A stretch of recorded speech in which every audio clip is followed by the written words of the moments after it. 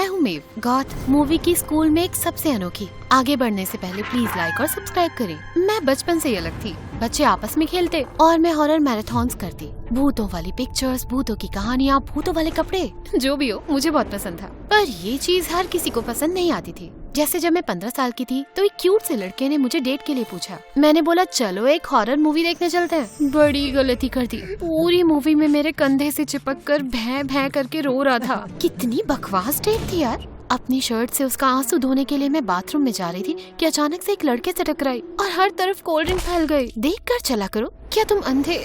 तब मुझे एहसास हुआ मैं देख रही थी हमारे स्कूल के सबसे कूल लड़के की आंखों में टाओ। वो फुटबॉल खेलता था, जीनियस था और हर लड़की का क्रश था। माफ करना, मैं उस हॉरर मूवी के प्लॉट ट्विस्ट के बारे में सोचने लगा था। तुमने हॉरर मूवी अकेले देखी? हाँ, मुझे हॉरर पसंद है। हॉरर मेरा मिडिल नेम है।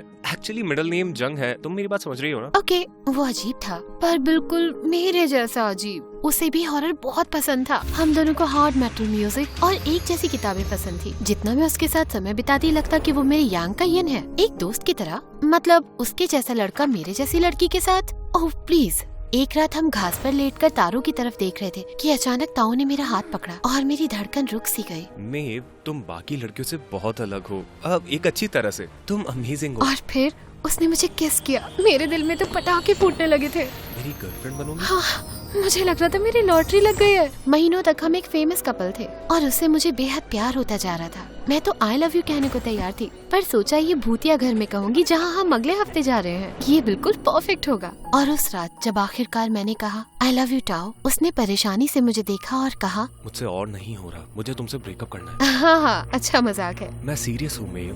मेरे पेरेंट्स बहुत ही स्ट्रिक्ट और पागल हैं। वो बहुत पारंपरिक हैं। मुझे डेट करने की इजाजत नहीं देते, खासकर अगर वो लड़की हमारे कल्चर की ना हो तो। मुझे लगता है कि मेरी बहन जाया को शक हो चुका है। मैं नहीं चाहता कि वो हमें साथ पकड़ ले। हाँ, ये क्या कह रहे हो तुम? सब खत्म हुआ मेव, आई एम सॉरी। ये कहकर वो उठा और चला गया। मैंने उसे कॉल और टेक्स्ट किया पर वो जवाब नहीं देता था। मैं चीजें ऐसे नहीं खत्म होने दे सकती। तो मुझे पता चला जाया अपने पेरेंट्स के रेस्टोरेंट में काम करती है। दिल में गुस्सा लिए मैं उससे मिलने गई। जाया, तुम ऐसी चुड़ैल क्यों हो? कैसी बहन हो जो अपने भाई को डेट न करने दे अपनी पसंद की लड़की के साथ? पूरी जगह पर शांति छा गई। सब लोग देखने लगे और जाया गुस्से से मेरे पास आई। शायद तुम मेव होगी।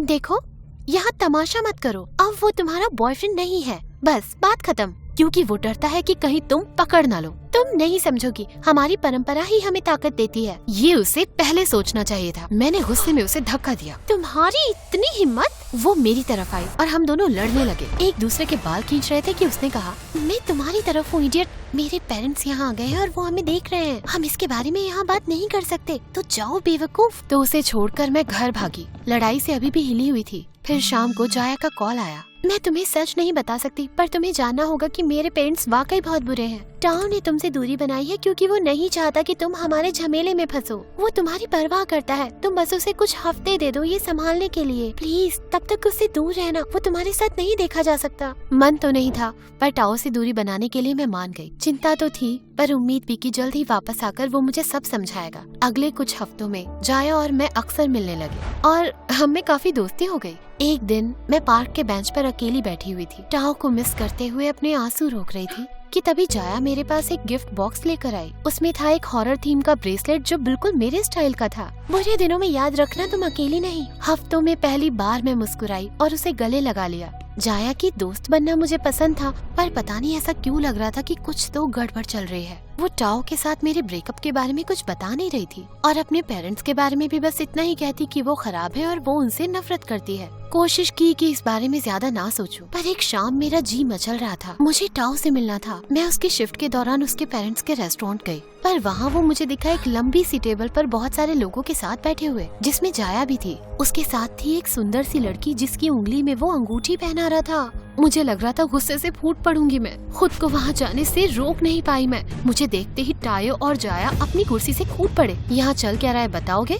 ये लड़की कौन है? रुको, ये वही लड़की है ना जो तुमसे लड़ रही थी जाया? ये बस मेरी प्रोजेक्ट पार्टनर है डैड। अगर ये अपनी दवाई नहीं लेती तो ये पागल हो जाती है। मैं संभाल लूंगा इसको। ये कहकर टाओ ने मेरा हाथ पकड़ा और मुझे बाहर ले गया। ये क्या कर रही हो तुम? हमारा ब्रेकअप हो चुका है। नहीं, ब्रेकअप तुमने किया और वो भी अचानक। मैं जानना चाहती हूँ कि ऐसा हो क्या गया था। हमारा रिश्ता टूटे कुछ ही हफ्ते हुए हैं और तुमने मंगनी भी कर ली। हमारा कोई रिश्ता नहीं था मेव। मैंने तुमसे कभी प्यार नहीं किया। अपने फैमिली ट्रेडिशन का बहाना बनाकर तुमसे पीछा छुड़वाना आसान था और तुम मान भी गई। अब खुद की इज्जत करो और मुझे भूल जाओ। तुम्हें कोई ना कोई लड़का तो मिल ही जाएगा जिसे अजीब लड़कियां पसंद है। उसके शब्द मेरे गालों पर तीखे तमाचे जैसे लगे।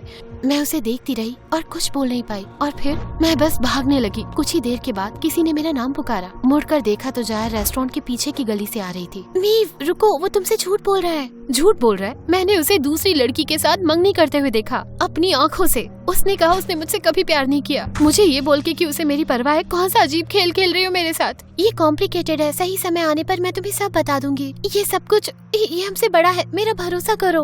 नहीं, अब मुझे तुम्हारी एक नहीं सुननी। आने वाले हफ्तों में मैंने जया से बात करना बंद कर दिया। उसकी कॉल और टेक्स्ट नहीं उठाती और टाओ को देखते ही छुप जाती। इस अजीब परिवार से अब मेरा रिश्ता खत्म। अपना मन बहलाने के लिए मैंने एक हॉरर नॉवल लिखना शुरू किया। अच्छा लग रहा था अपनी भावनाओं से कुछ ऐसा करना जो सिर्फ मेरे लिए हो। और धीरे धीरे मेरा मूड ठीक होने लगा। पर एक दिन किसी चीज ने मेरी दुनिया पलट कर रख दी। मॉम घर पर गिर गई और उनका पैर बुरी तरह से टूट गया। उन्हें बहुत महंगी सर्जरी की जरूरत थी। बिल बढ़ते जा रहे थे। डैड 2 जॉब करने लगे और मैं बस महसूस कर रही थी। फिर एक दिन जाया हॉस्पिटल आई एक लिफाफे के साथ। तुम्हारी मॉम के बारे में सुना, सर्जरी में हेल्प करना चाहती हूँ। इतना तो कर ही सकती हूँ। नहीं, मैं ये नहीं ले सकती। तुमसे तो बिल्कुल नहीं। मैं उस सब के लिए माफी चाहती हूँ। मैं अपना घर छोड़ चुकी हूँ। अपने पेरेंट्स को और झेल नहीं सकती थी। हाई स्कूल पूरा होने तक अपनी दोस्त के यहाँ रुकी हूँ। ओके, और इस सब का मैं क्या करूँ? मुझे कोई फर्क नहीं पड़ता तुम्हारी पागल फैमिली की प्रॉब्लम से। बस शांति चाहिए मुझे और अपना पैसा अपने पास रखो। बेवकूफी मत करो। मेरी दोस्त नहीं बनना मत बनो, पर पैसे ले लो। कहाँ से मिले? तुम्हें उससे क्या? ले लो, वापस कर देना बाद में। पैसे की जरूरत थी मुझे तो मैंने ले लिए। मॉम ठीक हो गई और कुछ दिनों में घर भी आ गई। मुझे बुरा लग रहा था। शायद जाया के साथ मैंने अच्छा नहीं किया। मैंने उसे थैंक यू मैसेज किया और पहले की तरह मीम्स भी भेजे। और अगले ही दिन वो मेरे दरवाजे पर थी। ये मेरी दोस्त वापस आ गई। वेल, मजबूर हो गई बात करने के लिए क्योंकि तुमने मेरी मदद करी ना। नहीं, तुम मुझसे प्यार करती हो, हम दोनों जानते हैं। तुम टाओ की बहन हो। कितनी बेरहमी से उसने मेरा दिल तोड़ा, भूल गई तुम? मैं कुछ नहीं भूली। सुनो, मेरे साथ कॉफी पर चलोगी ताकि तुम्हें सब कुछ समझा सकूं? हम कैफे में बैठे थे और जाया ने बोलना शुरू किया। टाओ ने मुझे कसम खिलाई थी कि मैं चुप रहूंगी तब तक जब तक वो सब कुछ संभाल नहीं लेता, पर अब मैं और नहीं छुपा सकती। मेरे पेरेंट्स एक बड़े माफिया क्रिमिनल हैं। उनके रेस्टोरेंट में दुनिया भर के बड़े इलीगल काम होते हैं। कुछ महीनों पहले ही उन्होंने हमें इस फैमिली बिजनेस के बारे में बताया और चाहते थे कि हम उन्हें ज्वाइन करें। हम दोनों डर गए, पर सोचा नाटक करते हैं जब तक हम उनके खिलाफ सबूत न इकट्ठा कर ले। उन्हें पुलिस के हवाले करना चाहते हैं। ओके, वाओ, तुम लोग तो और भी ज्यादा अजीब हो गए। फिर भी टाओ ने मेरे साथ ब्रेकअप क्यों किया और जाके उस लड़की से मंगनी क्यों की? वो एक प्राइवेट इन्वेस्टिगेटर है। हमने अपने पेरेंट्स से कहा कि वो उसकी गर्लफ्रेंड है क्योंकि वो हमारे कल्चर से है और बहुत इज्जतदार खानदान से भी है। मंगनी करने से उसे भी बहाना मिल गया ताकि वो कभी भी हमारे घर आ सके। हमें सारे सबूत मिलने ही वाले हैं। पर कुछ हफ्तों पहले मेरे पेरेंट्स ने एक मासूम रेस्टोरेंट के वेटर को फंसा दिया एक जुर्म के इल्जाम में, और मैं और नाटक नहीं कर सकती कि सब कुछ ठीक है। मैंने उसे झगड़ा करके घर छोड़ दिया। ओह गॉश, ये तो बहुत ज्यादा भारी हो गया। सुनो जाया, मैं जानती हूँ कि तुम सब समझाना चाह रही हो, पर मैं टाओ को भूलना चाहती हूँ और मैं नहीं फंसना चाहती हूँ तुम्हारे फैमिली ड्रामा में। मैं जल्दी तुम्हारा पैसा लौटा दूंगी, पर हमें अब और नहीं मिलना चाहिए। अपना ध्यान रखना। Good luck. मैं जाने ही वाली थी कि तभी कैफे के अंदर जाया के पेरेंट्स और टाओ आ गए। मुझे देखकर टाओ हैरान हुआ और उसके पेरेंट्स गुस्सा। मुझे उम्मीद थी कि अब तुम्हारी शक्ल इस शहर में देखने को नहीं मिलेगी जाया। तुम्हें लगता है तुम भागकर बहादुर हो गई? तुम पैसों की भीख मांग रहे हो ना इस लड़की से? यहाँ जो सुने उसे हमारे बारे में झूठ बोल रही हो। हमें तुम पर शर्म आती है। बस करो, वो आपकी बेटी है। चुप रहो, अपने काम से काम रखो। बस करो डैड, आप उससे इस तरह बात नहीं कर सकते। अपने पिता से इस तरह से बात करोगे एक सड़क छाप लड़की के लिए? एहसान फरामोश लड़के। उन्होंने हाथ उठाया टाओ को मारने के लिए, पर मैंने रोक लिया। हिम्मत मत करना और बिना सोचे समझे मैंने उन्हें मुक्का दे मारा। लड़खड़ा कर वो पीछे गिरे और पूरे रूम में चुप्पी छा गई। टाओ की मॉम ने चीख चीख कर पुलिस बुला ली और अगले ही पल मैं जेल में थी हमला करने के आरोप में। मैंने अपने पेरेंट्स को फोन किया, पर इससे पहले कि वो पुलिस स्टेशन आते मुझे कहा गया कि किसी ने मेरी बेल कर दी है और मैं जा सकती हूँ। बाहर जाकर देखा तो टाओ खड़ा था और उसके साथ ही खड़ी थी जाया। मुझे माफ करना, देखो अभी समझाने का वक्त नहीं है, लेकिन नहीं, मेरे पास समय नहीं है तुम्हारी या तुम्हारी पागल बहन की बात सुनने का। मुझे कुछ नहीं सुनना। मैं बस चाहती हूँ कि तुम और तुम्हारा अजीब परिवार मुझे अकेला छोड़ दे, हमेशा के लिए। दोबारा मेरे पास मत आना। इस सब के एक हफ्ते बाद डैड को दूसरे शहर में नौकरी मिली और हम चले गए, टाओ और जाया का ड्रामा पीछे छोड़कर। 1 साल के लिए सब कुछ शांत था। मैंने हाई स्कूल ग्रेजुएट करके 2 हॉरर स्टोरी पब्लिश की, लेकिन एक दिन पता नहीं कहां से जाया मेरे दरवाजे पर आकर खड़ी हुई। टाओ गायब हो गया है। यकीन नहीं हो रहा था। मुझे लग रहा था इस ड्रामा से मेरा पीछा छूट गया, पर इसने दोबारा पीछे खींच लिया। मेरे पेरेंट्स को पता चला कि टाओ उनकी पोल खोलने वाला है तो वो गायब हो गया। मैं नहीं जानती कि उसको गायब करने में उनका हाथ है या वो खुद भागा है। मैंने टाओ को बस कुछ हफ्तों के लिए डेट किया था हाई स्कूल में। मुझे अकेला छोड़ो और अपने भाई के लिए अब क्यों आई हो मेरे पास? हाँ जानती हूँ, माफ कर दो। मैं मजबूर हूँ, किसी से बात करनी थी। मैं बेघर हूँ, कई महीनों से अपनी कार में रह रही हूँ। ओह गॉड। वेल चलो अंदर आओ। जिद करती हो तो ठीक है, तुम्हारे बेड पर सोऊंगी मैं। बिल्कुल नहीं। मेरी पीठ अकड़ गई है, शायद मेरी नकली टांग की वजह से। क्या तुम्हारी टांग कट गई? नहीं, सोचा मेरे लिए बुरा फील करोगी तो अपना बिस्तर दे दोगी। थोड़ा ड्रामा तो चलता है ना। भरोसा करो, अपने साथ पहले ही बहुत ड्रामा लेकर आई हो। जाया रुकी और मेरे सोफे पर सो गई। अगले दिन कॉफी पर वो वाकई काफी कमजोर और चिंता में लग रही थी। तो टाओ को ढूंढने का क्या प्लान है? कोई प्लान नहीं है, तभी तो यहाँ आई हूँ। तुम राइटर हो ना, तुम्हारे पास होंगे ना कुछ आइडियाज? मुझे तो बस एक ही ख्याल आ रहा है, प्राइवेट इन्वेस्टिगेटर रखो उसे ढूंढने के लिए। पुलिस के पास तो जा नहीं सकते ना, क्योंकि अपने पेरेंट्स से डरती हो तुम। मैं कंगाल हूँ। मैं पैसे दूंगी, तुम्हारा उधार है। जाया के चेहरे पर मुस्कान छा गई और इससे मैं भी खुश हुई। हमने प्राइवेट इन्वेस्टिगेटर रखा, पर 2 हफ्ते बाद जब हम टीवी देख रहे थे तो अचानक न्यूज में देखा कि जाया के पेरेंट्स को गिरफ्तार कर लिया गया है।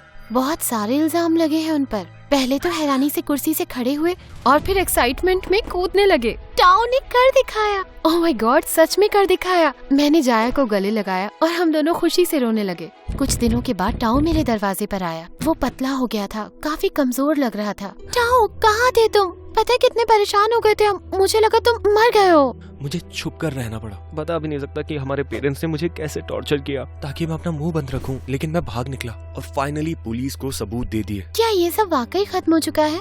हाँ, वो जा चुके हैं जाया, अब सब खत्म, हम आजाद हैं। और फिर मुस्कुरा कर उसने मुझे देखा। मुझे खुशी है तुम ठीक हो। सबसे पहले मैं तुमसे माफी मांगना चाहता हूँ। मुझे बहुत पछतावा है, मैं तुम्हें दुख नहीं पहुंचाना चाहता था और मैंने तुम्हें बहुत मिस किया। क्या हम दोनों फिर से शुरुआत कर सकते हैं? ओह वाओ टाओ, अभी मौत के मुंह से लौटे हो और सीधा बॉयफ्रेंड बन गए। क्यों ना पहले हम बस दोस्त बने और फिर देखेंगे कि तुम इस बार रुकोगे या नहीं।